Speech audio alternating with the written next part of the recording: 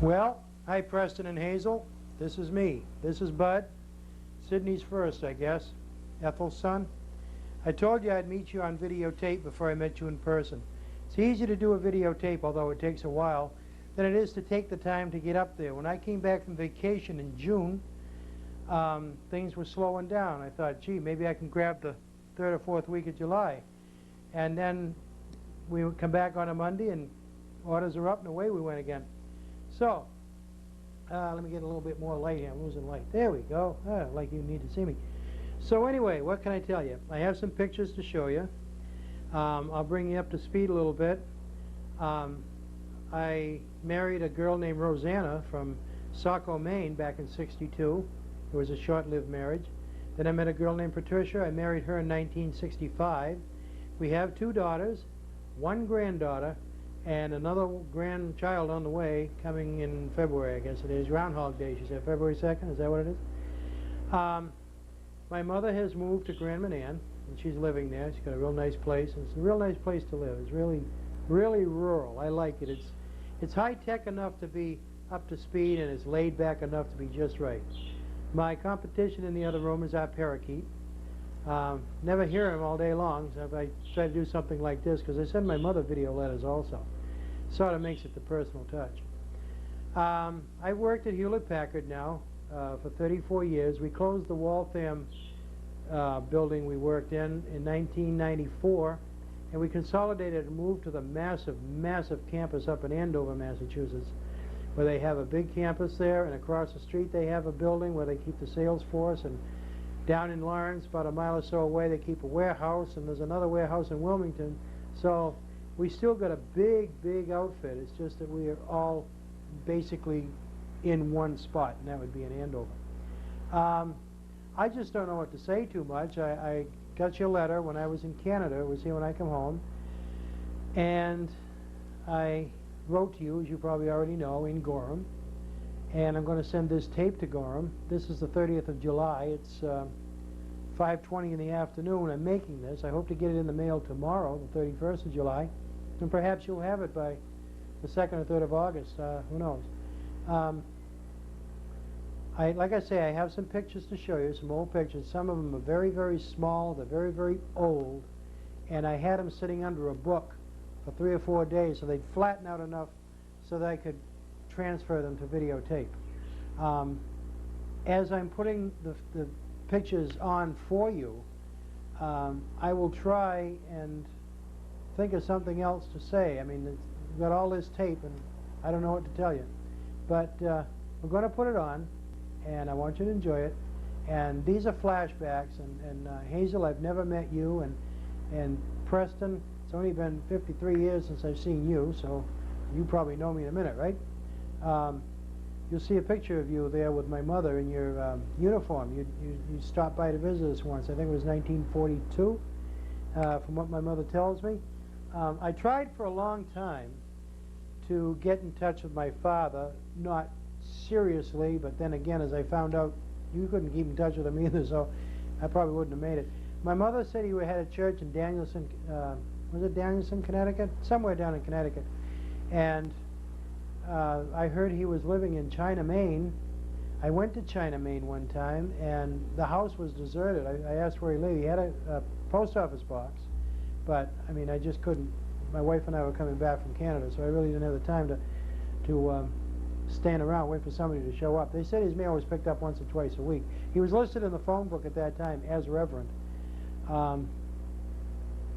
And I just about given up hope of finding him again, because I heard he was in Augusta, then I heard he was in, oh, I forget what it is now, someplace up there. And then a fellow came to work for Hewlett-Packard. He came down from Maine, and he approached me and asked me about my name. He said he went to church up in Maine, and his pastor was a Lovering. And I said, Sidney Hamilton? He said, yes. I said, that was my dad. I never really knew him.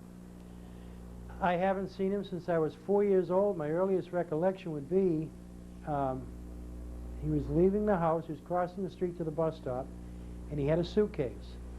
And I remember waving at him, and as my grandmother told me, and you see some pictures of her too. Pictures start out with her and my grandfather, then you'll see different shots of my father and my mother and myself. But they said I was yelling, "Kiss me goodbye, Daddy." And of course I don't remember it. I mean, the emotion isn't there. But once in a while I often wondered what happened to him, and I just didn't pursue it enough. And then when I finally got in touch with you people and found out that he had died so long ago, I almost feel like I missed something. I would like to have faced him and talked to him. And I hold no ill feelings toward him. You know, now probably now because I'm grown up and I know how grown-ups think and feel and do, but I would never hold anything against him. He never did anything to hurt me, and sometimes people tell me he didn't do anything to help me, but he's still my dad. And then in the summer of 95, my mother said, well, why don't you try and find his brother Preston? And my daughter Laura Lee, she called and talked to you people, and we lost touch, and it was almost a year later, I guess it was a year later, and I finally sat down and looked for a Preston lover and couldn't find any in Cape Elizabeth, but I figured Cape Elizabeth is part of Portland, so I went for two, and there was you and Kenneth, and it was nice to talk to you, Hazel, nice to talk to you, Chris, and I'm hoping that we can spend some time together, even albeit a weekend or something. But this is a hello, how do you do? I am Everett Lee Levering, Buddy for short, and I'm glad I found you people. I'm glad I know about you people, and at least I get a chance to introduce myself to you people.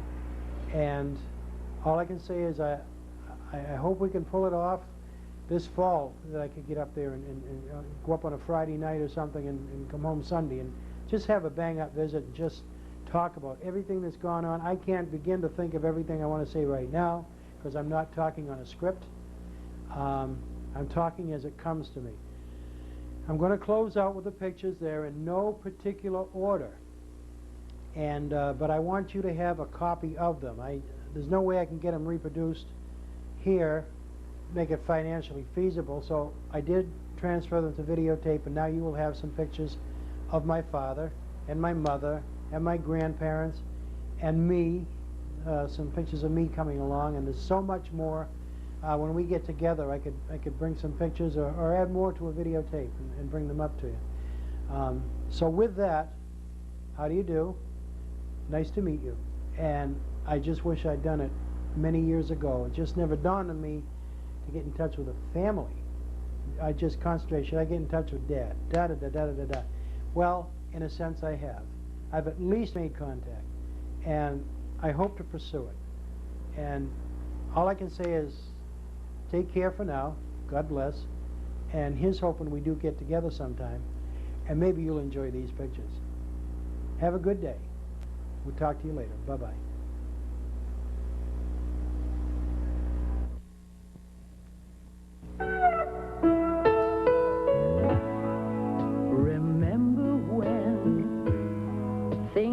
Different then, but then all things change, somehow rearrange. That's why while we can, we should remember when.